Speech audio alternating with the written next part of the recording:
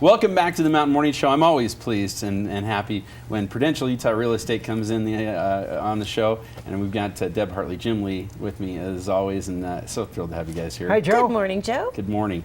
I am excited to talk about real estate right now because things are heating up, aren't they? They've heated up. They're not heating up. They've heated up. Yeah, Yes. we're already past that point of where it started going, but Correct. now we're on the right track, which is nice. Well, we're on a track, and we're moving in a different direction. We're not going down anymore. We're headed back up. So let's kind of talk about what you think, where you think we are headed. Which track are we on right now? We're obviously on a good one. If it's moving at all, it's a good thing right now. Well, moving up is a good thing, but what we're hopeful as realtors in the real estate community is that we don't skyrocket up, because as fast as we go up is as fast as we'll go back down. Yeah, we want it to be nice. We want it to be slow, steady, warm, even growth. That's what we want. We'll see what happens. Yeah. That's our wish list, Joe. Yeah. I mean, as we've watched things, we seem to be having that happen. It's been slow and steady, and the Fed's done nothing to change that. Really. And they're not going to. They're going to hold interest rates low. That's good. Right. So one would expect that the trend should continue. I suppose there are things that can make it happen faster, which would not be ideal. What would be kind of a telltale sign that things are about to go quicker? Is there a leading economic indicator we ought to be looking at? Yeah, something horrible happens in the world. Yeah. The stock market takes a big crash. We have some big financial crisis. Sure. Yeah, something globally will affect us locally. Right. So, Interesting. I mean, if we had a huge forest fire, that would affect us. I mean, those are it would be more external factors, not market-driven in Park City proper. Oh, that's a very interesting thought. I hadn't really considered that. Yeah, forest fire. Yeah, that's an Yeah, interesting one. You don't really. think about, but it Let's does not go make there. sense. Yeah, definitely. Well, we've got a long time before we have to worry about it. Fortunately, we're in spring. But, Right. So people are starting to think about buying because spring does kind of do that to folks, don't they? Well, It's sort of a winter was time. strong. Winter was very strong. So Yeah. there were a lot of people in town, and they have come out of their shell, There you and go. they're looking to purchase. We tend to shift markets a little bit from the second homeowner to the primary homeowner Right. as the warmer weather comes. Well, when that happens, one of the things that obviously they do is they contact a realtor like you guys, and they start looking, and that relationship is fraught with all kinds of tensions, isn't it? Things that kind of go. Well, tension may not be the right word, but it's a balancing act a little bit, isn't it? I would say it's a learning curve on both buyer portion, and it's a learning curve for the realtor to get a feel for who they're dealing with. Right, and you have to establish a level of trust. I think is an important part of this. So kind of getting to know each other, as you said, is kind of a very important part of this. Definitely the trust me, like me factor. So let's talk about that a little bit. Okay. The trust me, like me factor.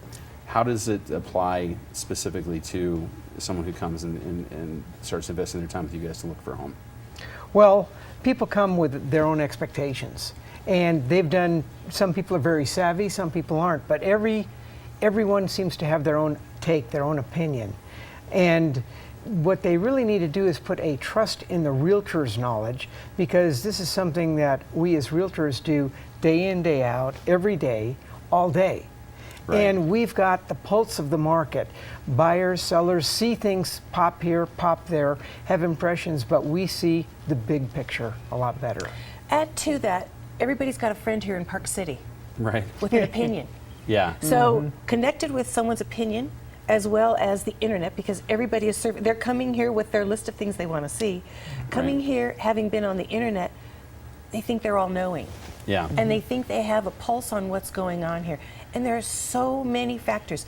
Just like you and I were talking about prior to coming onto the show, purchasing a home that at an unbelievably unrealistic price, that may be one in a zillion.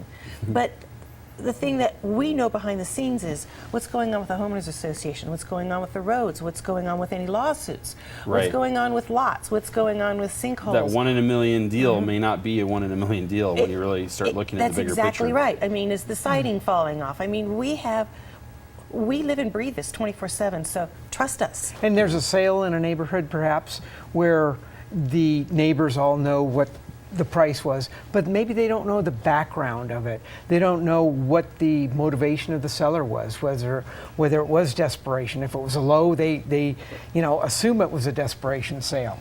And whether it was high, maybe that particular property met that buyer's needs just perfectly, to the point where that buyer was perhaps prepared to make a little higher A offer. premium offer to get it. Exactly.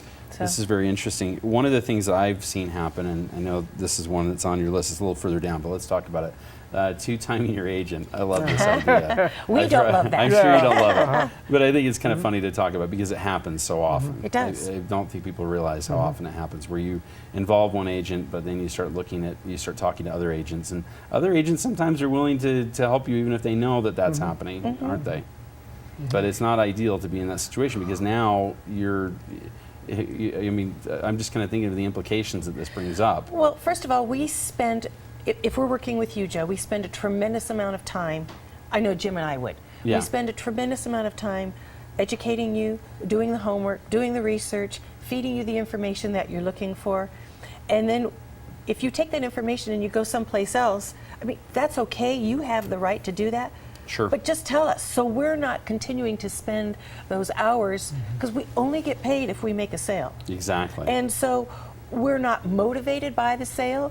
We're motivated to make sure you're happy. But at the end of the day, we're working our heinies off to make you happy, make you like us, trust us, see our value.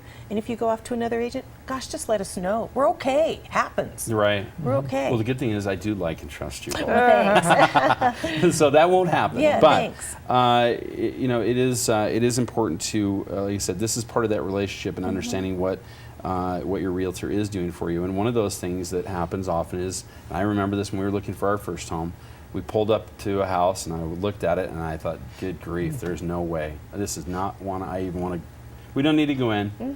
And that's not always the case. You see what you see. It's judging a book by its cover a That's little bit. exactly isn't it? Exactly. Yes. So when you tell us the parameters that you're looking for, I have pulled up to more houses and people go, oh gosh, this is not what I want. Trust me. Let's just go inside, and they're wowed by what's behind the door, because the front, the facade might need some paint, some work, but they've spent all the money on the inside. So again, trust us. We have a feel what you're looking for. We know the inventory. Let us take you in. And frequently, what a buyer starts out with, what their wants and needs are, winds up to be very different than what they wind up with. Oh, sure. And it's not by,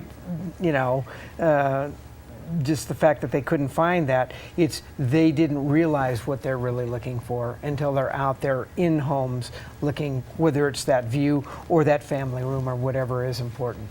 Is it a benefit for both? Well, I'm sure it's a benefit for the buyer, but is it a benefit for you as a realtor to have someone establish a relationship with you very, very early on in the process of, I know I'm going to want a house in the next 3 months, 6 months. 2 years. I want to, Yeah. really? Yes. You can oh, wow. So really long term I'm working thinking with somebody that's not going to be here for 2 years, and they just want to follow the market. and find the right And place. well, they want to know what's going on. Right. What will my dollar buy me? So yes, I'm working with somebody right now that won't be here for 2 years. That's an And important thing. then. in particular, working in the secondary market, Right. where somebody's going to purchase a second home, someone comes to Park City, sees that it might be of interest to them, we show them around, we start that relationship, then they come back the next year, then the next year. And literally, it on the average, it's like 2-3 years before someone actually is ready to make that purchase. Wow. We call them be-backs. Be-backs. They'll be back. That's really Yeah. great. It's funny that you have a term for it. So, well, I see. That's interesting. I was thinking 6 months. You guys are talking 2 years, and I thought 6 months seemed long. But that's No. really cool. I think that probably gives you the relationship that allows for you to know what they actually want. That more of that. We know that this isn't the outside you wanted, but we know about this inside of this home, or vice versa. We know that this is the right spot for you, even if the house isn't quite right. We know that you can probably do the things you need to make it what Correct. you want. Correct. So that's having that relationship that long term. And that's is a where great the thing. liked me, trust me builds in. Excellent. We've worked with people over a decade before they made a purchase. Wow. But they're very happy now. Yes. That's what I'm Well, guessing. that's just the relationship and the nature of a second home purchase in particular. Primary, obviously, somebody needs sticks and bricks. Somebody needs shelter to do something, so there's a lot more motivation. It happens quicker. I have another question that's kind of along that same vein. If you're a seller, and you're, or I shouldn't say, if you think you're going to be a seller, again, this would not be a bad thing to establish a relationship early on to say, I know I'm going to be out of this house in a year or two. We're going to get a promotion. I'm going to be moving, whatever the case is. Sure. Talking to you guys early on probably would save them some money in that you might keep them from doing some things to that home, or might encourage them to do the right things to get it ready to sell. Those are great questions, because typically when we walk into a home, if it needs carpet and paint, should I do it first? And we're your best guides, whether you should, whether you shouldn't spend the money, don't spend the money, price it, without it. I mean, that is a great question, and certainly. And we can keep them updated as to the market trends. Yeah, when is the right time to sell? Exactly. Because sometimes it may make better sense for them to sell, and even if they had to move into an apartment for a little while, it might make better sense to sell financially to it rent. might. To rent or something. Correct. Sure. Interesting. So, well, if we want to establish a relationship with Jim Lee and Deb Hartley, where do we do that? up on our website, you can. Do it on the website, Brian has which a we'll little pull up the graphic graphic for for. us that has a telephone number, how you can reach us. But you can reach us at 435-647-8009. We're available 24/7 on the web. And remember, just like and trust your realtor. And just one parting shot, that just because you think you know it all, we do know it all. Exactly. Well, I've certainly found that to be the case, and I think I know it all too. All right, guys. Exactly. Thanks as always for Good being to see here. you. Prudential Utah Real Estate. We will be back with more in the Mountain Morning Show, and probably another song from Rachel Kohler, so you don't want to miss that right after this.